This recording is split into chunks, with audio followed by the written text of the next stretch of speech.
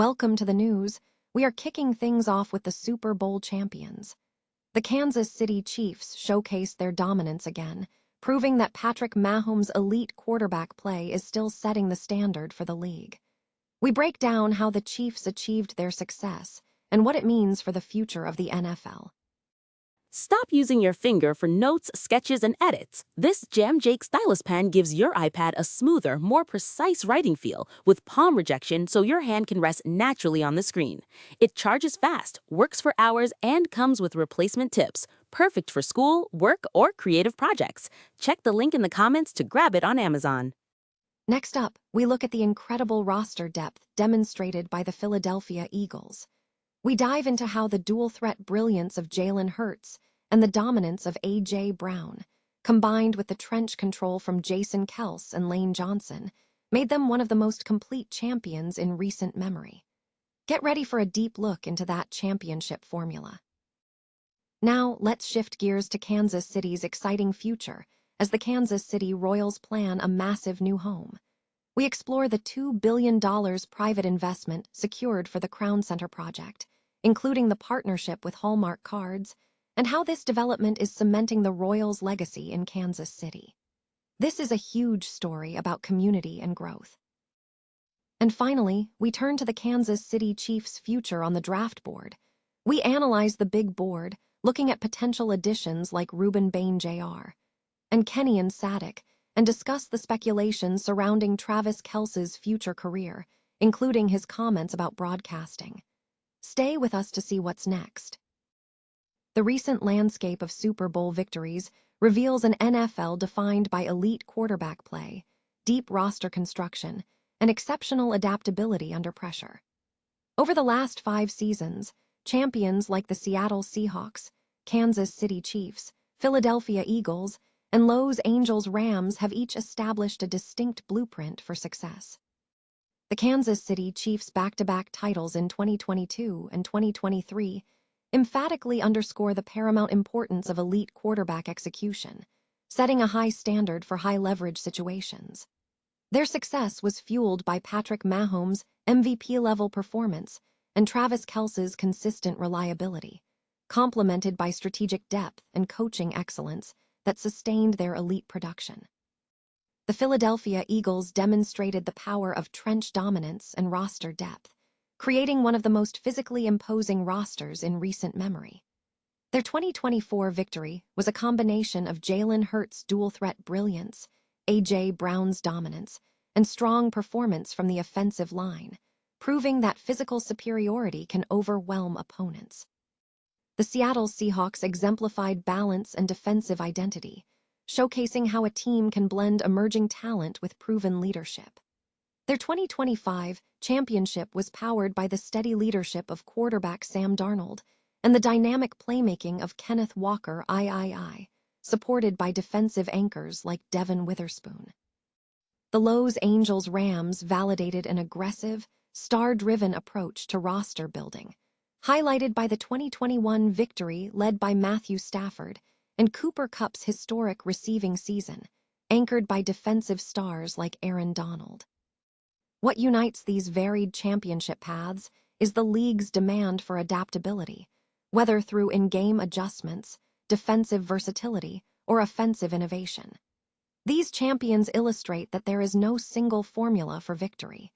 Success is ultimately defined by superior execution, decisive leadership, and the ability to perform under the most critical moments. As the NFL continues to evolve, these recent triumphs signal a dynamic era where both established powers and emerging contenders are continuously redefining what it means to reach the pinnacle of the sport. Kansas City Chiefs' 2026 NFL Draft Outlook is shaping up with analysts identifying several key players who could fit the scheme of defensive coordinator Steve Spagnuolo and the team's evolving needs. The analysis highlights a focus on edge rushers, defensive tackles, and receivers to revitalize various parts of the roster. Ruben Bain Jr. is highlighted as a potential fit for the defensive line, possessing the football intelligence, high motor, and versatility needed for the edge rusher rotation, despite potential mismatches in size. For outside help, Tyson is viewed as a late riser who could provide both short-term and long-term outside talent. Brett Veach, the Chiefs' general manager, emphasizes team fit, pointing to Parker as a prime example of a Spagnuolo-aligned edge rusher due to his size and run-stopping ability. The team's search for a tight end heir is driving interest in players like Claire, who offers pass-catching ability, and Roush, who could develop into a blocking tight end. Interior defensive line needs are also addressed, with Brett Veach hoping for 2 defensive tackles, noting that if Miller falls, his run-stopping skills would be valuable next to Chris Jones. In the receiving corps, the Chiefs are looking to bolster their attack. Thompson is noted for his speed, while Dane Brugler suggests Jackson could be a high-ceiling project in the mid-rounds, and Kilgore fits the mold of a versatile corner. Depth at other positions is also being considered. Stroman is seen as a potential safety option who fits the preference for players who excel in run support and special teams. Furthermore, prospects like Ephesians, Prysock, and Davis are flagged as potential late-round secondary gems due to their size and defensive metrics. The overall theme for the Chiefs' draft strategy centers on finding players who possess high motor, versatility, and a specific style of play that aligns with Spagnuolo's philosophy, balancing immediate needs with long-term development. The Kansas City Royals have unveiled ambitious new stadium plans, securing $2 billion in private investment to construct a modern ballpark in downtown Kansas City. The project, dubbed the Crown Center, is a massive 85-acre development that will feature a park-like central square complete with fountains, positioning the club firmly in Missouri. The development is a significant partnership, as the Royals are collaborating with Kansas City-based Hallmark cards. The project scope extends beyond the ballpark, including new headquarters for both companies and surrounding mixed-use commercial developments. Royals CEO and Chairman John Sherman highlighted the significance of the collaboration, stating that the project fulfills founder Ewing Kauffman's vision of making the Royals Kansas City's permanent fixture and extending the Hall family's legacy of community growth.